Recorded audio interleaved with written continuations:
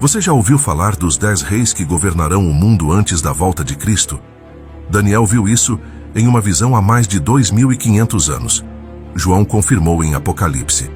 E agora, os sinais de que esse momento está se aproximando estão bem diante de nós, mas quase ninguém está percebendo. O que esses 10 reis representam? Como eles se formarão? E principalmente, o que isso significa para a nossa geração? Poucas visões na Bíblia carregam tanto mistério, temor e expectativa quanto essa revelação que Daniel recebeu. Para muitos, ela é apenas um enigma antigo. Para quem crê, é uma janela aberta para a história, mostrando que nada do que acontece no mundo foge do controle de Deus. Naquela visão, o profeta não viu reinos adornados com coroas e ouro. Ele viu bestas, criaturas selvagens, emergindo de um mar agitado, cada uma mais estranha e ameaçadora do que a anterior. E entre elas, uma fera diferente de todas as outras, tão terrível que palavras humanas mal conseguem descrevê-la. Mas o que exatamente significam essas bestas? Estamos vivendo na transição para a última fase desse grande plano profético? Será que os 10 reinos que Daniel descreveu já estão se formando diante de nós? Entre movimentos políticos globais, alianças econômicas e crises internacionais, surgem perguntas que não podemos ignorar. Será que o mundo já está se preparando para o governo final antes da volta de Cristo? O relógio profético de Deus está prestes a marcar o último minuto? Neste vídeo, vamos nos aprofundar no livro de Daniel e entender o significado dessas profecias e enxergar como elas se encaixam na linha do tempo estabelecida pelo próprio Deus. Por isso, fique comigo até o final, porque entender essa profecia pode mudar a forma como você enxerga o tempo em que vivemos. Mas antes de iniciarmos essa jornada, te convido a se inscrever no canal e deixar o seu like. Isso nos ajuda a levar a palavra de Deus a mais pessoas que, assim como você, desejam compreender os mistérios das Escrituras e viver à luz da verdade profética. Para entender os detalhes dessa profecia, primeiramente precisamos voltar no tempo. No primeiro ano do reinado de Belsazar, quando a Babilônia ainda ostentava seus jardins suspensos e muros intransponíveis, o ar no palácio real carregava um peso invisível. A cidade dourada vivia como se fosse eterna, mas o relógio de Deus já marcava seus últimos instantes. Foi nesse cenário que Daniel, o profeta exilado, agora já um homem com cabelos grisalhos, recebeu uma visão que mudaria não apenas a sua vida, mas o entendimento da história humana até o fim dos tempos. Ele estava em seu quarto, talvez já acostumado ao silêncio das madrugadas babilônicas, quando algo rompeu a barreira entre o visível e o invisível. Daniel sonhou, mas não era um sonho comum. O próprio texto sagrado registra: no primeiro ano de Belsazar, rei da Babilônia, teve Daniel um sonho e visões na sua cabeça, estando na sua cama. Escreveu logo o sonho e relatou a soma das coisas. Era uma revelação tão marcante que ele se apressou a escrever o que viu, para que nada fosse perdido. O que surgiu diante dele foi um mar revolto, agitado pelos 4 ventos do céu. Falou Daniel e disse: eu estava olhando na minha visão da noite, e eis que os 4 ventos do céu agitavam o mar grande. A cena tinha algo de caótico e ameaçador. Os ventos sopravam de todas as direções, como forças invisíveis moldando o destino do mundo. O mar nas Escrituras muitas vezes representa povos e nações, e aqui parecia simbolizar a humanidade em constante agitação, pronta para dar à luz novos impérios e conflitos. Foi então que do mar começaram a emergir 4 criaturas. Elas não eram simples animais, eram bestas, diferentes entre si, mas igualmente inquietantes. A primeira parecia um leão, mas tinha asas de águia. A imagem era ao mesmo tempo majestosa e intimidadora. O leão representava poder e autoridade. As asas de águia sugeriam velocidade e alcance. Muitos associam essa figura ao Império Babilônico, com seu poder militar e sua capacidade de conquistar rapidamente. A Babilônia, sob Nabucodonosor, alcançou vastas regiões, com a rapidez de um voo. Mas Daniel viu as asas serem arrancadas, e a besta erguida como um homem, recebendo um coração humano. Isso, para alguns intérpretes, é um paralelo com a humilhação de Nabucodonosor em Daniel 4, quando ele perdeu a razão e viveu como um animal, até que Deus restaurou seu entendimento. Outros, porém, veem nisso apenas uma mudança no caráter do império, de selvagem para mais humano, talvez sob outros reis. A força dessa interpretação está no vínculo com eventos históricos claros. Sua fraqueza está no fato de que o texto não menciona Nabucodonosor diretamente, deixando espaço para outras leituras. A segunda besta era como um urso. Estava erguida de um lado, o que sugeria desequilíbrio, e tinha 3 costelas entre os dentes. Recebeu a ordem: levanta-te, devora muita carne. O urso, mais lento que o leão, é conhecido por sua força bruta. Muitos estudiosos veem aqui o Império Medo-Persa, que sucedeu à Babilônia. O fato de estar erguido de um lado indicaria o domínio mais forte dos persas sobre os medos. As 3 costelas poderiam simbolizar 3 grandes conquistas: Lídia, Babilônia e Egito. Essa interpretação é reforçada pelo cumprimento histórico desses eventos. No entanto, alguns argumentam que as costelas podem simbolizar apenas conquistas em geral, sem referência específica ou até alianças rompidas. Seja como for, a imagem é de voracidade e conquista implacável. A terceira besta parecia um leopardo, mas tinha 4 asas e 4 cabeças. O leopardo já é ágil por natureza. Com asas, torna-se ainda mais rápido. 4 cabeças indicam divisão de autoridade. Essa figura encaixa-se perfeitamente no Império Grego sob Alexandre, o Grande, cuja velocidade de conquista foi sem precedentes. Em poucos anos, Alexandre dominou vastos territórios do Egito até a Índia. Após sua morte prematura, o império foi dividido entre 4 generais: Cassandro, Lisímaco, Ptolomeu e Seleuco. Essa divisão corresponde às 4 cabeças da besta. A precisão dessa correspondência histórica é um dos pontos mais fortes dessa interpretação. A 4ª besta, porém, foge de qualquer padrão conhecido. Daniel a descreve como terrível, espantosa e sobremodo forte, a qual tinha dentes grandes de ferro. Ela devorava e fazia em pedaços, e pisava aos pés o que sobrava. Era diferente de todas as bestas que apareceram antes dela, e tinha 10 chifres. Essa criatura não é comparada a nenhum animal específico. É única, monstruosa, e parece concentrar a ferocidade das anteriores multiplicada. Muitos identificam essa besta com o Império Romano, cuja máquina militar, disciplina e capacidade de assimilação cultural eram incomparáveis. Roma não apenas conquistava, ela absorvia povos inteiros, impunha sua lei e cultura e esmagava qualquer resistência. Mas essa besta, ao contrário das outras, não se limita ao passado. Ela tem uma fase futura, marcada pelos 10 chifres. É aqui que a visão se aproxima de um ponto crítico, pois esses chifres representam um conjunto de 10 reinos ou nações que surgirão no fim dos tempos, formando a base para a ascensão do Anticristo. Ao olhar para essas 4 bestas, Daniel não estava apenas testemunhando a sucessão de impérios. Ele via a forma como Deus os percebia. Aos olhos dos homens, Babilônia, Medo-Pérsia, Grécia e Roma eram expressões máximas de glória, ordem e civilização. Mas aos olhos de Deus, eram criaturas selvagens, movidas por instintos de conquista e autopreservação, indiferentes à justiça divina. Essa perspectiva revela uma verdade desconfortável. Por mais que um reino humano pareça justo ou poderoso, ele sempre carrega a marca da queda e a tendência de se exaltar acima de Deus. Daniel, ainda imerso na visão da 4ª besta, notou que havia algo distinto nela, que exigia toda a sua atenção. 10 chifres se projetavam de sua cabeça, firmes, imponentes e simultâneos. A visão não mostrava uma sucessão de reis ao longo do tempo, mas sim 10 governantes coexistindo, ligados a um mesmo corpo político, como se cada um fosse parte integrante de uma estrutura única.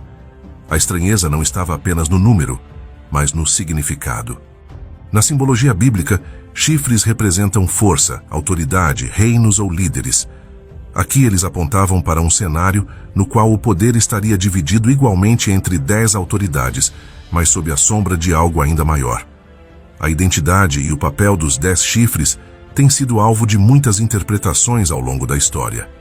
Alguns estudiosos entendem que eles representam 10 reinos literais que surgirão simultaneamente na fase final do Império, simbolizado pela quarta besta. Essa interpretação de caráter futurista vê nos 10 chifres uma aliança política ou militar que dividirá o domínio global entre 10 líderes iguais em poder, pelo menos inicialmente. Outra linha de interpretação, mais historicista, argumenta que os 10 chifres já se cumpriram no passado, apontando para divisões territoriais ou dinásticas que seguiram a queda de impérios anteriores, como Roma. Uma terceira abordagem vê os 10 chifres não como reinos geograficamente delimitados, mas como blocos de poder, alianças econômicas, militares ou políticas que poderiam existir em escala global. Esse entendimento se harmoniza com a crescente interdependência das nações e com a tendência de formação de organizações multinacionais. Vemos que ao longo da história houve várias tentativas de restaurar a glória e a unidade de Roma. O Sacro Império Romano-Germânico, a centralização de poder na Igreja medieval, as expansões coloniais europeias, as unificações modernas da Europa e, mais recentemente, instituições como a ONU. Nenhuma dessas estruturas conseguiu alcançar a unidade plena e duradoura que Roma desfrutou em seu auge. Nos tempos modernos, porém, vemos algo diferente. O mundo passou a viver sob a influência de alianças políticas, militares e econômicas que não apenas reúnem nações, mas decidem de forma conjunta questões que afetam bilhões de pessoas. Esse é o contexto em que surgem as hipóteses mais discutidas sobre os 10 reis, não como uma identificação definitiva, mas como possíveis protótipos daquilo que a profecia descreve. Alguns estudiosos apontam para a União Europeia como exemplo. Criada oficialmente em 1993, ela se tornou um dos maiores experimentos de união política e econômica já vistos. Apesar de contar hoje com 27 países, decisões cruciais são conduzidas por um núcleo duro de nações mais influentes. Em seus estágios iniciais, documentos chegaram a sugerir uma divisão do continente em 10 zonas administrativas, cada uma com sua liderança regional. Esse modelo reflete, ainda que de forma imperfeita, a ideia de uma confederação de 10 reis, um poder compartilhado, mas não completamente unificado. Outra possibilidade remonta a 1973, quando o Clube de Roma propôs a divisão do planeta em 10 regiões econômicas e políticas, como forma de facilitar a governança global diante de crises. Essas regiões incluíam América do Norte, América Latina, Europa Ocidental, Europa Oriental, Japão, resto da Ásia, Oriente Médio e Norte da África, África Subsaariana, Sul da Ásia e Oceania. Embora a proposta não tenha sido adotada oficialmente, ela inspirou estudos e projetos posteriores de instituições como a ONU e o Fórum Econômico Mundial. Em um momento de colapso global, um formato assim poderia ser implementado rapidamente com a justificativa de agilizar a coordenação internacional. Há ainda o exemplo do G20, grupo que reúne as maiores economias do mundo e que representa mais de 80% do PIB global. Apesar de sua composição oficial incluir 19 países mais a União Europeia, um grupo reduzido de cerca de 10 potências costuma liderar as decisões mais importantes. Em um cenário de crise mundial, não seria difícil imaginar esses países formalizando uma liderança unificada e temporária, algo que se encaixaria com perfeição na descrição de Daniel e de João em Apocalipse. Dentro da própria ONU, propostas de reforma sugerem a criação de blocos regionais que representem o mundo de maneira mais eficiente. Um conselho formado por 10 regiões com autoridade centralizada poderia surgir como resposta a emergências internacionais, e a própria mistura de força e fragilidade dessa estrutura lembra os pés da estátua de Nabucodonosor, parte de ferro e parte de barro. Além disso, alianças como RCEP, BRICS, BLAS, USMCA e ASEAN já cobrem vastas áreas do planeta e grandes populações. Se essas e outras alianças fossem coordenadas por 10 lideranças regionais, teríamos praticamente todo o mundo representado em 10 polos de poder. Essa configuração poderia se tornar a base para a estrutura que Daniel descreveu. Todas essas possibilidades apontam para a mesma direção: a concentração do poder global em um número limitado de centros de decisão, capazes de agir com rapidez e unificação. É exatamente isso que Apocalipse 17, versos 12 e 13 descreve. Os 10 chifres que viste são 10 reis, que ainda não receberam reino, mas receberão poder como reis por 1 hora, juntamente com a besta. Estes têm o mesmo intento, e entregarão o seu poder e autoridade à besta. Esses reis não aparecem como rivais, mas como aliados com um objetivo comum. Num momento decisivo, entregarão sua autoridade a um único líder, identificado em Daniel como o pequeno chifre. Antes de prosseguirmos, gostaria de lhe avisar que preparamos um material exclusivo para você que deseja se aprofundar ainda mais sobre o estudo da Bíblia Sagrada, disponível no primeiro comentário fixado desse vídeo. Esse pequeno chifre é registrado por Daniel como menor, aparentemente sem importância no início, mas que rapidamente começou a se destacar. O texto diz que ele subiu entre os outros, o que sugere um crescimento interno, vindo de dentro da própria estrutura já estabelecida. Esse detalhe indica que o pequeno chifre não aparece como uma ameaça externa, mas se forma no interior da confederação, ganhando força silenciosamente. À medida que crescia, o pequeno chifre se tornou agressivo. 3 dos chifres originais foram arrancados para abrir espaço para ele.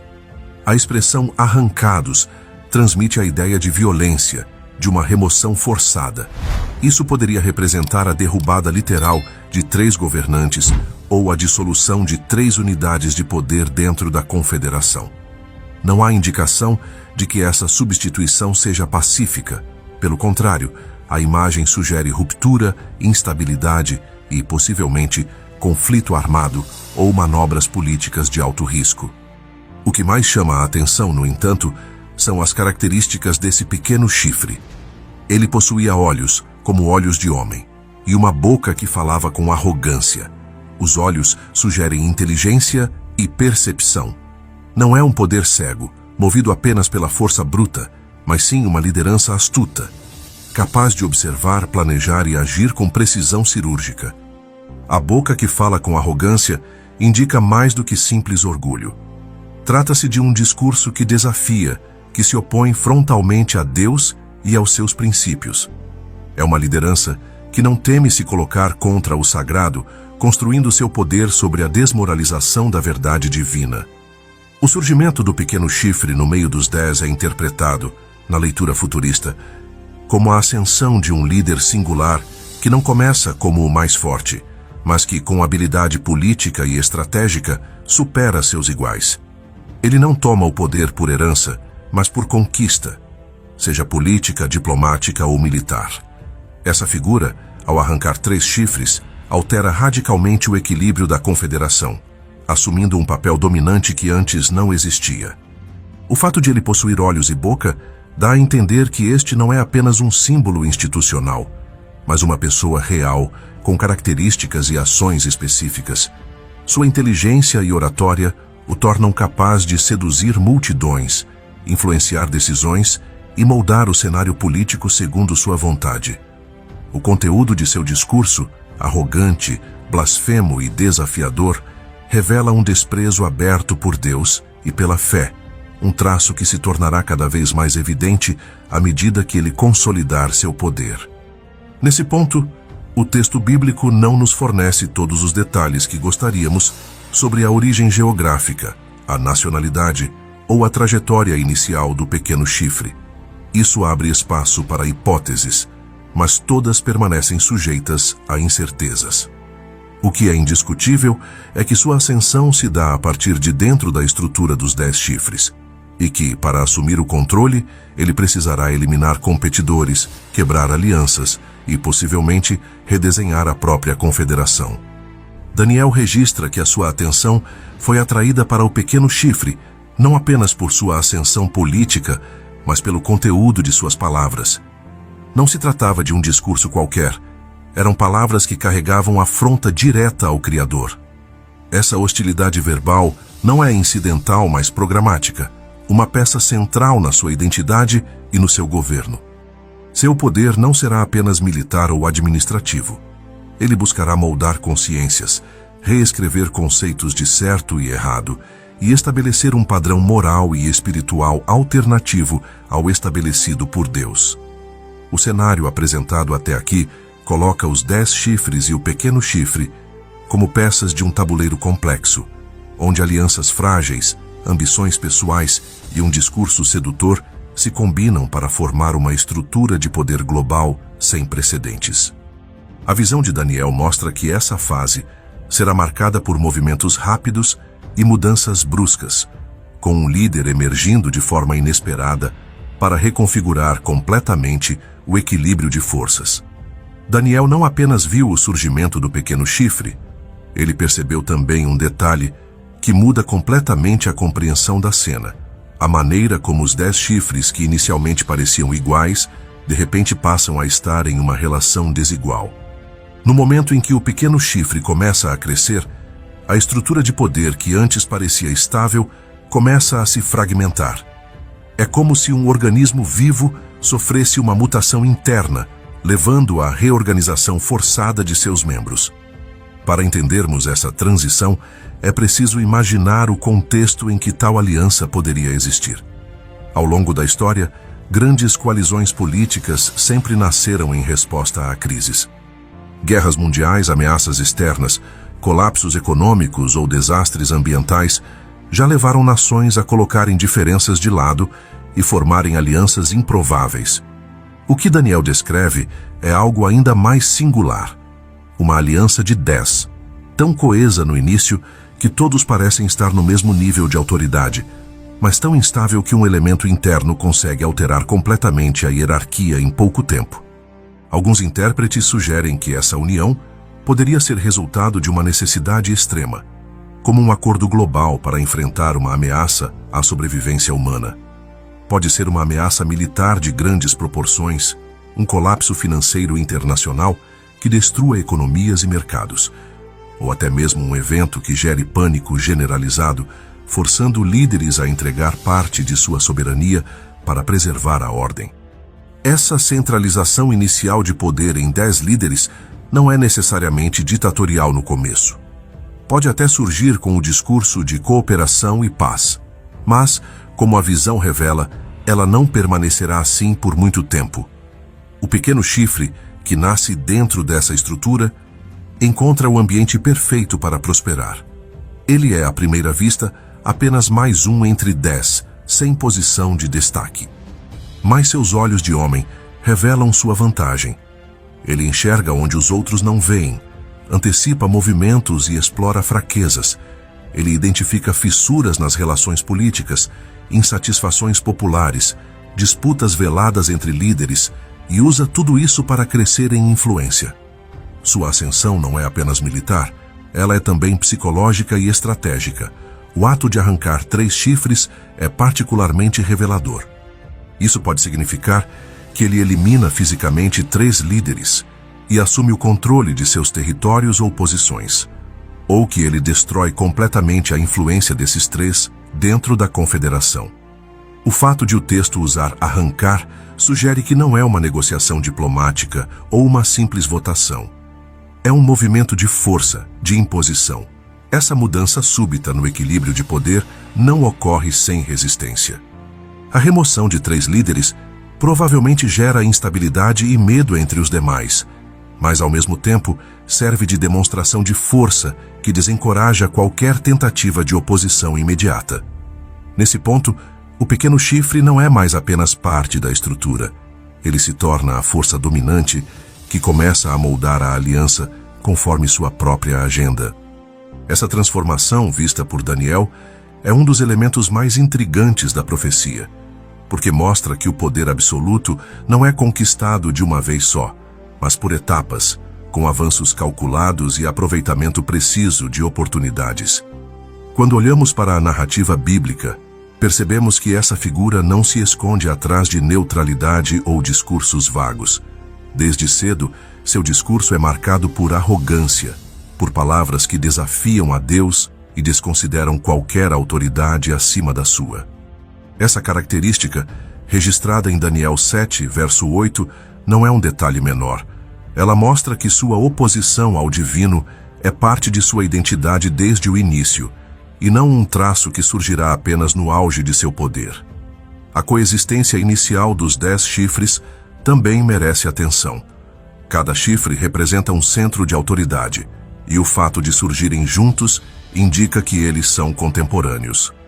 Essa configuração é única nas profecias bíblicas, pois não corresponde a sucessões de impérios como nas visões anteriores de Daniel, mas sim a uma espécie de colégio de líderes, possivelmente com um pacto de interesses mútuos. Essa simultaneidade reforça a ideia de que estamos lidando com um cenário global, onde diferentes potências atuam de forma coordenada. Como vimos anteriormente, as hipóteses sobre a origem desses 10 centros de poder variam. Alguns veem neles uma reconfiguração de territórios sob um governo mundial, dividindo o planeta em 10 regiões administrativas, cada uma sob um líder designado. Outros enxergam blocos regionais já existentes, como alianças econômicas, uniões políticas ou tratados militares, que poderiam, num cenário de crise, formalizar uma estrutura de comando coletivo. Há ainda os que defendem que esses chifres representam nações específicas e que a profecia terá cumprimento literal com a ascensão de 10 países determinados. Independentemente da forma exata, o que a visão deixa claro é que o pequeno chifre nasce dessa estrutura e não de fora dela. Ele não invade de fora para dentro, ele emerge de dentro para fora. Isso significa que ele começa como parte do sistema, respeitando formalmente suas regras e limitações, até o momento em que tem força suficiente para modificá-lo à sua maneira. Outro ponto que Daniel registra é que o interesse do pequeno chifre não é apenas governar, mas governar com supremacia, eliminando rivais e concentrando autoridade. Ao arrancar 3 chifres, ele não só ganha mais território ou influência, mas envia uma mensagem clara aos 7 que restam. A liderança agora tem um centro, e esse centro é ele. Essa mudança na dinâmica de poder marca o início de um processo em que o consenso inicial dos 10 é substituído pela obediência a um único líder. O texto bíblico não detalha como os 7 chifres restantes reagem a essa tomada de poder, mas podemos imaginar que, diante da força demonstrada, muitos optem por se submeter para preservar seus próprios interesses. Essa combinação de medo, pragmatismo e oportunismo cria o ambiente perfeito para o pequeno chifre consolidar seu domínio sem precisar destruir todos os demais. Ao mesmo tempo, a presença dos olhos e da boca na descrição do pequeno chifre reforça que ele não governa apenas com violência, mas também com persuasão e influência. Seus discursos arrogantes não são apenas ataques verbais contra Deus. São também ferramentas para moldar a opinião pública, para justificar suas ações e para criar uma narrativa que o apresente como o líder inevitável, aquele que é capaz de resolver o que os outros não podem. Até aqui, Daniel nos mostra uma ascensão rápida, marcada por inteligência estratégica e pela disposição de eliminar obstáculos sem hesitação. O pequeno chifre ainda não revelou todo o alcance de seu poder, mas já deixou claro que não se conforma em ser apenas mais um entre iguais. Seu objetivo é se tornar a figura central em torno da qual tudo gira, e para isso, ele começa a reconfigurar a própria base de poder dos 10 chifres. A partir do momento em que o pequeno chifre remove 3 dos 10, o equilíbrio político inicial da confederação é rompido para sempre. Não há mais 10 iguais. Agora existe um líder centralizado, capaz de influenciar, pressionar e até intimidar os 7 restantes. Essa nova configuração já não é um conselho de líderes com igualdade de poder, mas uma estrutura onde um exerce supremacia e os outros se mantêm em segundo plano. A forma como o pequeno chifre consolida essa posição é reveladora. Ele não se apoia apenas na força que demonstrou ao eliminar 3 rivais. Ele passa a usar essa vitória como argumento de legitimidade. Aos olhos dos que restaram, ele se apresenta como o único capaz de agir com rapidez, tomar decisões difíceis e proteger a aliança de ameaças internas ou externas. Essa narrativa, reforçada por discursos eloquentes, transforma medo em obediência. Aos poucos, os 7 líderes remanescentes vão ajustando sua atuação em função dele. Suas decisões, mesmo que pareçam independentes, já estão condicionadas ao interesse do novo centro de poder. Isso não significa que ele governe com tirania absoluta desde o início, mas sim que ele constrói, passo a passo, um ambiente onde a dependência em relação a ele se torna inevitável. O pequeno chifre sabe explorar 3 pilares fundamentais para sustentar sua ascensão: controle da informação, capacidade de decisão em crises e aparente compromisso com o bem coletivo. O resultado imediato dessa reconfiguração é uma confederação onde o consenso inicial se desfaz. As decisões passam a ter um centro de gravidade mais definido, e a independência dos 7 chifres remanescentes começa a se diluir. Isso não acontece apenas pela imposição de força, mas pela habilidade do pequeno chifre de criar uma rede de dependência política e estratégica. Outro ponto importante é que, ao alterar a composição interna dos 10 chifres, o pequeno chifre também altera a percepção externa da aliança.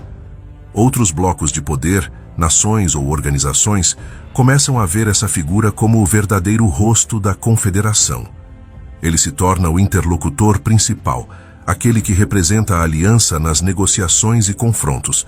Os 7 que restam podem ainda ter títulos e funções, mas na prática, é ele quem dita o rumo dos acontecimentos. A boca que fala com arrogância começa a exercer papel fundamental. Não se trata apenas de ataques contra Deus, embora isso seja um traço constante, mas de uma retórica que o coloca acima das normas e tradições estabelecidas. Seu discurso desafia estruturas antigas, apresenta novas ideias que seduzem parte da população e, ao mesmo tempo, desconcertam opositores. A ousadia de suas palavras, combinada com a força que já demonstrou, cria uma aura de inevitabilidade em torno dele.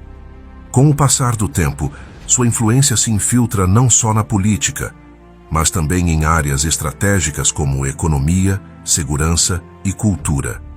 Ele começa a sugerir mudanças no funcionamento da confederação, justificando-as como necessárias para a sobrevivência e estabilidade do grupo. Essas mudanças, embora apresentadas como ajustes administrativos, têm um efeito cumulativo, aumentam sua autonomia e diminuem a capacidade dos outros chifres de agir de forma independente. A partir desse ponto, a confederação já não é mais a mesma que surgiu no início da visão de Daniel. O modelo colegiado de liderança se desfaz para dar lugar a uma estrutura mais centralizada, com um líder dominante e 7 figuras que, embora ainda relevantes, funcionam como apoio e validação para suas decisões. A aliança sobrevive, mas agora gira em torno de um eixo único. A relação entre os 7 chifres restantes e o pequeno chifre provavelmente oscila entre colaboração e tensão. Alguns podem se alinhar a ele por convicção, acreditando que sua liderança é benéfica. Outros podem manter um apoio estratégico, tolerando-o para preservar posição e influência.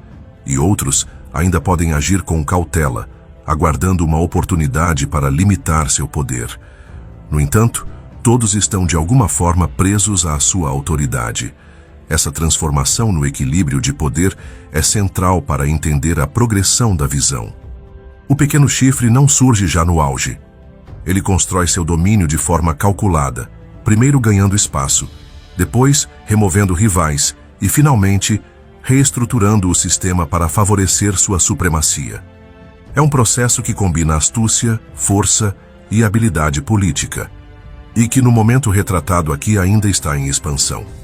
Do ponto de vista da narrativa de Daniel, Até aqui tudo permanece no domínio da política e do poder humano, ainda que sob uma atmosfera carregada de implicações espirituais. O pequeno chifre, em sua ascensão, já deixa transparecer sua oposição ao Deus Altíssimo. Mas, neste estágio, sua prioridade é consolidar o domínio e eliminar qualquer resistência interna. Cada ação é calculada, cada movimento é estratégico, moldando lentamente o cenário para algo muito maior do que uma simples disputa pelo comando. A tensão se sustenta em dois níveis. No visível, há o impacto imediato da nova liderança sobre a confederação. No invisível, há uma expectativa crescente, quase palpável, sobre até onde essa autoridade irá se estender. O pequeno chifre já provou que não nasceu para ser apenas mais um, e cada passo que dá reforça a sensação de que seus objetivos ultrapassam em muito o controle dos 7 aliados que restam. Daniel não nos conduz por longos relatos diplomáticos ou textos de tratados. Ele nos oferece símbolos vívidos e inquietantes, chifres arrancados com violência, um novo chifre que brota e observa, uma boca que se abre para falar com ousadia. É nessa simplicidade carregada de peso que reside a força da visão. Uma transformação súbita e irreversível, na qual uma aliança de iguais se curva diante de um centro de poder único. Chegamos então a um ponto decisivo. A confederação permanece, mas já não é a mesma. O pequeno chifre está firmemente estabelecido, e os 7 chifres que restam gravitam em torno de sua influência. Nada voltará a ser como antes, e cada segundo que passa aproxima a cena seguinte, quando o que está oculto começará a se revelar. O silêncio que paira após a consolidação do pequeno chifre não é sinal de paz. É a pausa antes de um movimento maior. A confederação, embora intacta em aparência, já não é um círculo de iguais. É um sistema centralizado, orbitando em torno de uma única figura cuja ambição não conhece limites. Até aqui, suas ações moldaram o cenário político. Mas o que se desenha no horizonte vai muito além da diplomacia e das alianças estratégicas. O pequeno chifre começa a mover-se em um campo mais profundo, o da ideologia, da adoração e do confronto aberto com o Deus Altíssimo. Cada decisão que antes parecia apenas pragmática, agora revela traços de um plano mais sombrio, que não visa apenas governar, mas redefinir quem ou o que será adorado sobre a terra. É nesse ponto que as palavras de Daniel ganham peso renovado. Ele fala de um líder que proferirá palavras contra o Altíssimo e magoará os santos do Altíssimo, mudando tempos e leis. O que antes era apenas um símbolo na visão, se transforma em um prenúncio real de perseguição e de um sistema que exigirá lealdade absoluta. Não se trata mais apenas de política, trata-se de culto, de submissão, de lealdade total a um trono que não é o de Deus. O palco está armado. A centralização do poder foi apenas a primeira fase. Agora, a batalha invisível começa a se tornar visível, e o conflito que antes se travava nos bastidores políticos começa a avançar para a arena espiritual, onde as consequências serão eternas. Assim vemos que as visões que Daniel recebeu não são apenas registros antigos. Elas provam a soberania de Deus e a precisão de sua palavra profética. Tudo o que o Senhor revelou ao profeta se cumpriu ou se cumprirá no tempo exato, sem atraso e sem falha. Essa é a nossa segurança. A história não está solta ao acaso, mas nas mãos daquele que a escreveu. Vivemos hoje no que muitos chamam de tempo do intervalo, o período entre a primeira e a segunda vinda de Cristo, como se estivéssemos entre 2 atos de uma peça já roteirizada pelo próprio Deus. O relógio profético continua avançando, os sinais se acumulam e cada evento nos aproxima mais do desfecho que os profetas viram. Saber disso muda a forma como encaramos o presente. A preparação para o que está por vir não é política nem militar, mas espiritual. Não somos chamados a formar alianças humanas ou levantar exércitos terrenos, mas a alinhar o coração com Deus, fortalecer a fé e viver como cidadãos de um reino que está prestes a se manifestar. Daniel viu impérios se levantarem e caírem, reis que pareciam invencíveis serem derrubados, Mas acima de todos eles estava o trono do Altíssimo, inabalável e eterno. Quando olhamos para o mundo e vemos instabilidade, caos e injustiça, precisamos lembrar que nada foge ao controle de Deus. O mesmo que revelou os 10 reinos e o pequeno chifre já determinou o dia em que Cristo voltará para estabelecer seu reino literal e eterno. O avanço do pequeno chifre será marcado por engano, pressão e perseguição, mas a nossa missão é permanecer inabaláveis. Isso significa não negociar os princípios bíblicos, mesmo que a opinião pública caminhe contra eles. Não abandonar a fé, mesmo quando ela se tornar motivo de rejeição. A fidelidade em tempos de facilidade é simples. A fidelidade em tempos de turbulência revela em quem realmente depositamos nossa confiança. O tempo que temos agora é precioso. Antes que as profecias sobre o domínio global do pequeno chifre se cumpram plenamente, a porta da graça ainda está aberta. Ainda há tempo para proclamar o Evangelho, para testemunhar, para alcançar aqueles que vivem sem esperança. A esperança que sustenta essa vigilância é clara. O reino de Cristo será literal, glorioso e eterno.